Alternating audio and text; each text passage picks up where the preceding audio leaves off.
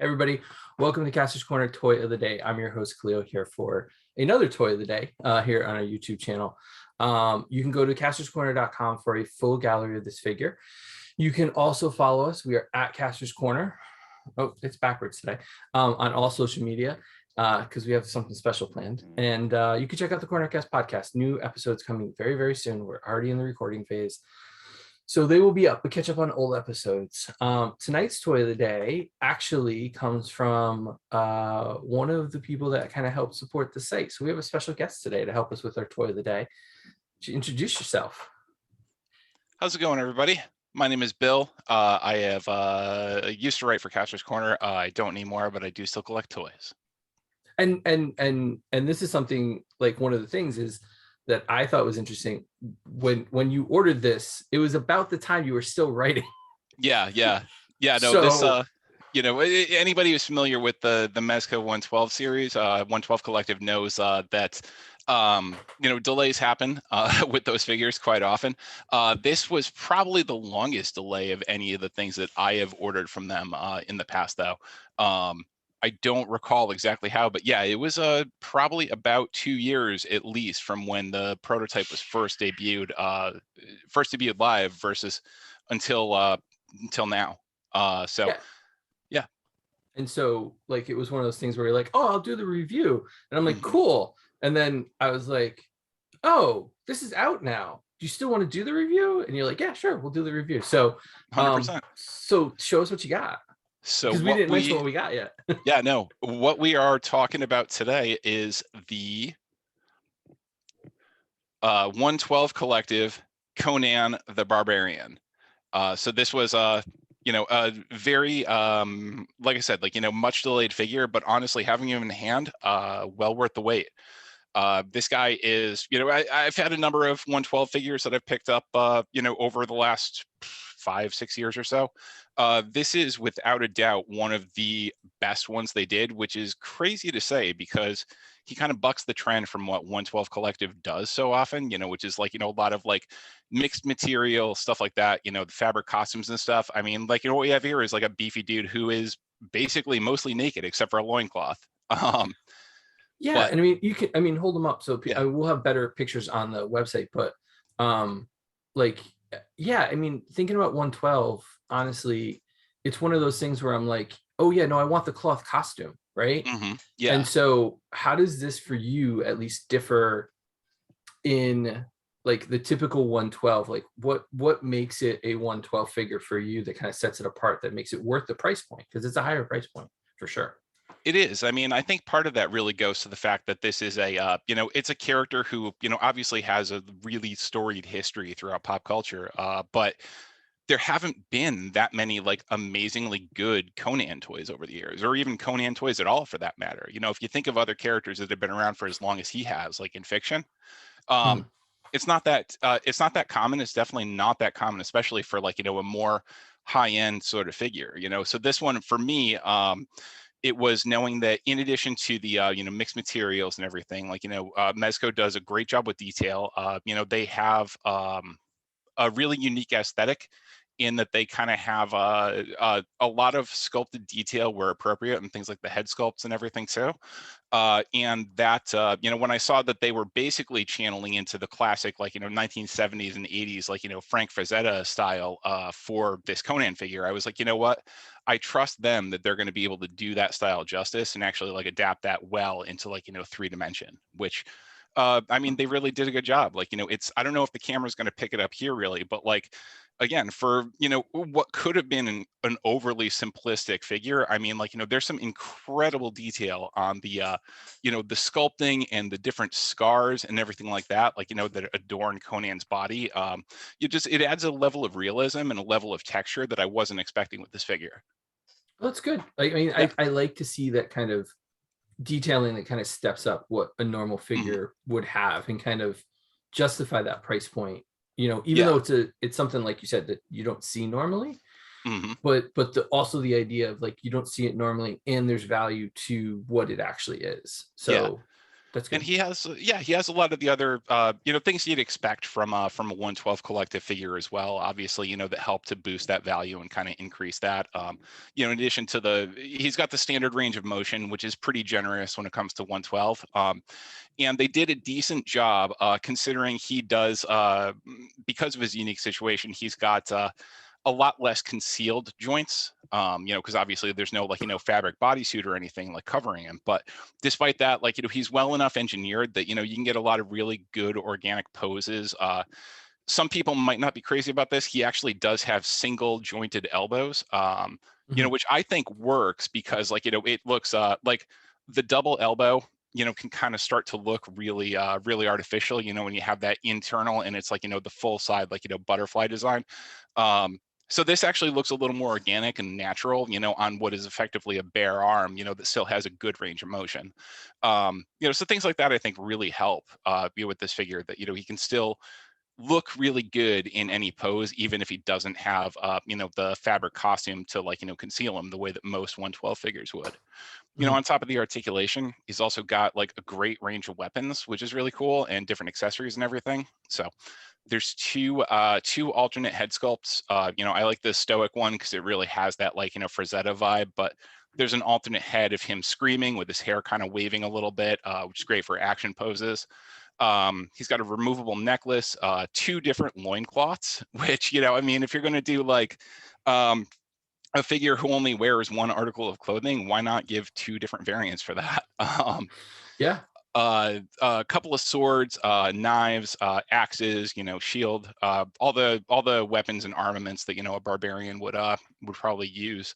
Um, there's also, it's kind of, I don't know if this will show on here. I did have a couple of photos for it that are going to be on the website, but there's actually an interesting little bit going on with his sword and sheath here. They did this really uh, interesting concept. I don't know if I'm in love with the way it actually works, where it's actually there's two different swords, two different sheaths, and they actually connect to the belt through the series of loops, and then a little plastic carabiner. Oh, Um, okay. so you could, and the whole idea is you basically could take that carabiner and swap off one of the chains with one of the sheaths and put a different sword and sheath on instead. Can you show it again? Mhm. Can you? I don't Yeah, know. Yeah, pick it up. sure, absolutely. Oh yeah. So Okay. yeah, I so it's see it. basically a little chain attached to the sheath itself, and then there's this little carabiner up here. There's one on each side. So effectively, what you could do is you could customize what piece you want, him to have, hanging off the belt. It That's could be really one cool. of the two swords, or it could be a dagger. Really novel concept. It is not as sturdy as I would like. I have already jostled this guy a bunch of times, and the sword and sheath just comes toppling off.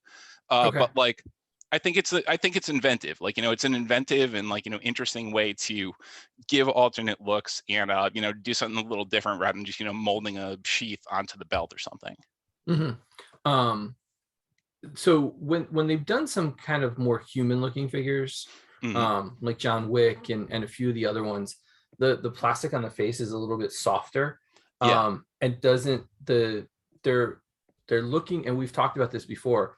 Companies are looking for natural light to provide the shadows to kind of give depth to the face. Hmm. How's he look to you in person and kind of lit in pictures and stuff?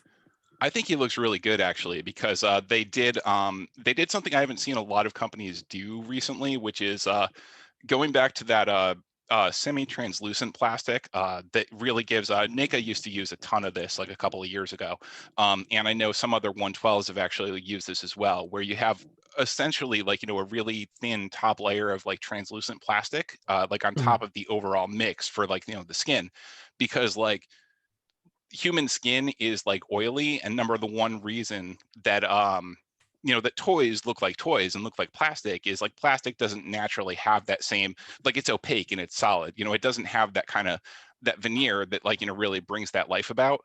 But Mhm. with Conan, the plastic is really well done, and then on top of that, in addition to that, almost pseudo translucent plastic that they use for a lot of the skin, they do a full wash on them too. So Oh, it nice. really it adds a lot of depth and everything like that you can accentuate through lighting and shadow, but it's there even looking at him under a fluorescent light. The fact that he has slightly darkened circles around his eyes, or he has just a little bit of exaggeration and definition around the muscle tone about around the scars and everything like that. So it's actually a surprising amount of paint apps on a figure that, again, I was not expecting those types of paint apps to be on.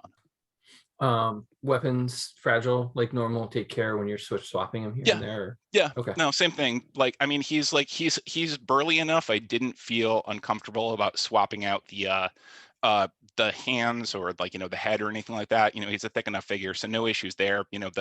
But it is that really, really firm, brittle plastic for all of the weapons. So, a little more caution with that. Like, I don't feel that anything's in imminent danger of getting broken, but at the same time, definitely take some caution with that. So, Okay. So 2 years, $100, well, mhm. 100 plus, about probably like 120, 115 with shipping and everything. Yeah. Was he worth the wait?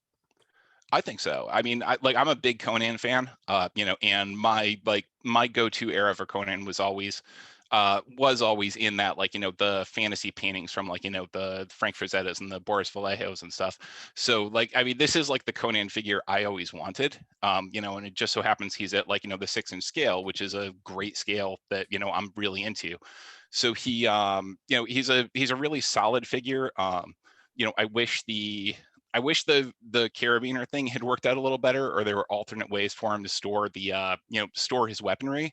But aside from that, like, the figure himself is very posable. He scales well with other 6-inch figures, which is great because, again, Conan has that history, that he's been in many various universes over the years, whether it's like, Right. the Marvel in the 70s or Dark Horse in the 90s and 2000s. So, he can mix and match with some other lines, and he looks pretty good that way. I'm a huge fan, actually. My default display on my desk right now is actually him along with the Red Sonja figure from Faisen. Oops, that just knocked over Lenny from there. So this was the Faisen 6-inch scale Red Sonja figure that came out about a year ago. So, like, two barbarians, and they actually, I had some photos again with this, but they actually scale incredibly well together. Nice. So it's kind of like, the two biggest, like, pulp barbarian figures, like, rendered in really nice kind of high-end 6-inch style, that really do match up really well together. So, Do you think, I don't, and this is kind of like speculating, because it's been 2 years since they announced it. Do you think they go do more, or have there been any rumblings, or what would you be your wish to kind of see what they would do next with it? I mean, it's interesting because, like, again, there's so many iterations of what Conan can be, and I'd be really curious to see which way they'd go. Like, with Mezco, it seems like they kind of make their choices, like, regardless of, you know, what the outside, like, for me personally, like, if it were me running the ship, I'd be like, well, Super 7 already did a pretty, like, commendable job of, like, 6 to 7 inch scale, like, Arnold movie figures, Mhm. and that's like, pulling in a whole, like, likeness right too. But if Mezco wants to do that, they've taken, like, used similar iterations of a character for other properties, and just done it. And Mhm. they're like, oh, well, what we do is different, so, like, we can have a 112 figure existing, and the same thing is we're having, like, other scales of the same character from the same iteration. um I'd love to see them really get wild and do a Conan the Adventurer, like, animated style figure. Mhm. I think would be like a super cool 112 figure and a really neat way to kind of expand on that. Or just, like, adding in more support characters, which, again, with Conan, it's a little tricky just because, like, depending on the iteration, depending on the era, like, the kind of, a lot of the background characters are much lesser known, so it would probably be a little riskier. Like, I feel like Mezco would probably be more likely to just do different variations of Conan himself as opposed to, like, Mhm. really building out the world. I would But just love to see like monsters and creatures and things oh for yeah, him to fight and battle. I think oh, that would be 100%. a really a fun way to kind of build out like this section of the world. Yeah. So cool. And I guess you could technically do that with some of the other stuff that they did, even within Mezco, because, like, they had some shots of him fighting their King Kong figure that came out a couple years ago that looked Yeah. great, like, looked awesome, like, him versus Giant Gorilla. And, like, I know they just did for the Rumble Society that Mosquatch, who's, like, the big, like, basically like Moss Man. What if Moss Man was a Bigfoot? Like, and Yeah. this is what you get. So they would probably look pretty rad fighting too. Cool. Cool. Well, you can check out a full gallery of these that Bill took up on castorscorner.com. You can follow us. We are at Kastor's Corner. You can check out the Cornercast podcast. Hit the subscribe button to that. Hit the subscribe button here. All the links are down below in the description. As we say every night, the more you that subscribe, the more cool things we get to do like this. And then we get to share them with you. And that's been the best part of this whole thing. And as we say every night before we sign off, Jaxie, we miss you and we love you and wish you were here. And we'll see you tomorrow night for another toy of the day here on castorscorner.com. Thanks, everybody. Have a good night.